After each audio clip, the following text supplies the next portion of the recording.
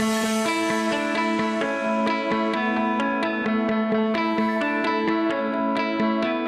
I'm Steve Sostak. I'm a grade 8 EAL teacher at the International School of Beijing.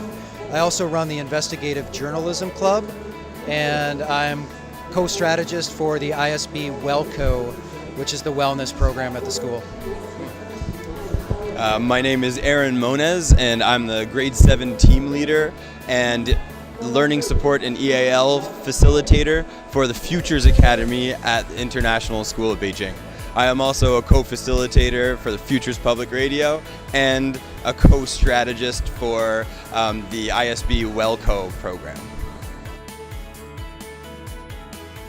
So the 3 words that we kind of came up with was a little different. We wanted to put the 3 words into a phrase. So we had picked skills in isolation. And I think the reason we picked that was we see a lot of great teaching, but sometimes it's just kind of behind closed doors or in one specific setting or disciplinary content.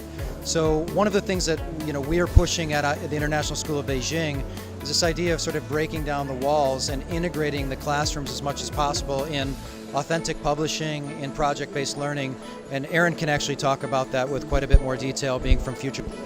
The whole point of our mission at Futures Academy is to teach skills together in an integrated fashion to make sure that students are prepared to deal with real-world challenges.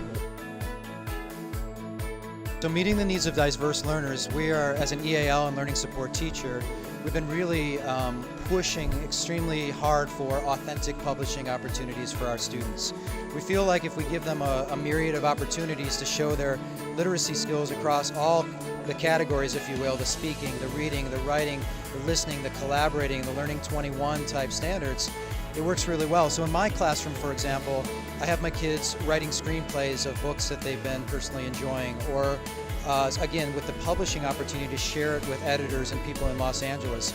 We also have started a program called Futures Public Radio that gears itself off of National Public Radio as a mentor model, and kids have the opportunity to do everything involved in the teams that put together these stories. So again, literacy-based storytelling, media literacy, technology, editing, and presentation skills, all a part of those embedded possibilities on authentic class possibilities. One of the values that we hold dear at Futures Academy is using innovative pedagogies like integrated project-based learning and making sure that we also integrate technology like the use of 3D printers and makey kits and robotics so that we can teach kids the skills that they need in order to deal with problems that don't yet exist. Right now there are a lot of parents who say this is how my education was and this is the standard that I want for our kids, or I want for my kids, but those are preparing students for the jobs that their parents know of and work in now.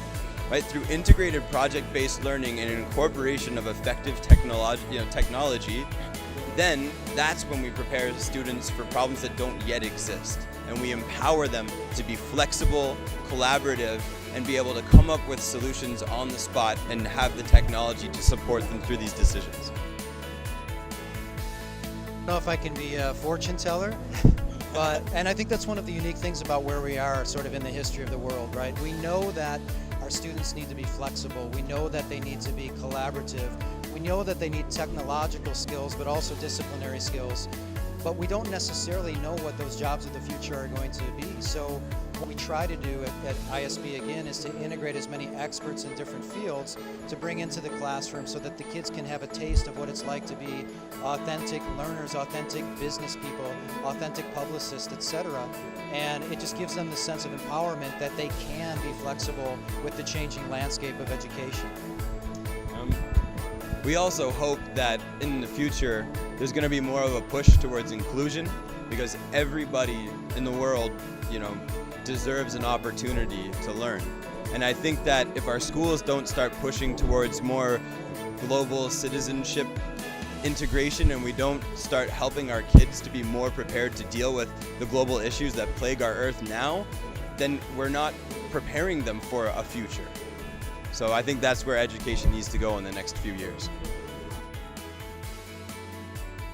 Well, we've had the pleasure of doing one of the teacher TED Talks and the roundtable discussions, and we're going to be doing one of the workshops tomorrow. So it's just been really exciting for us to be sort of that in the mix and an integral part of meeting some amazing educators, sharing ideas, working towards collaborative opportunities. And to piggyback on what Aaron said about global citizenship, I think we as teachers and facilitators have an obligation not only to teach our students and to support them through those citizenship endeavors, but to also reach out to other diverse schools to share knowledge, share information, share skills. And already we feel that camaraderie here from the EduTECH experience, and we really hope we can be back next year in a larger capacity. Right.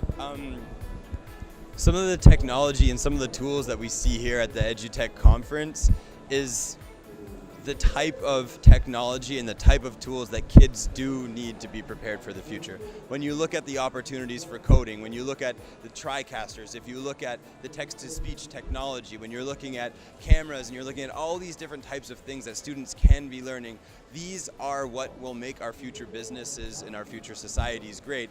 And all that information is being available or made available to teachers here at EduTECH. So we're having a great time. Thank you guys.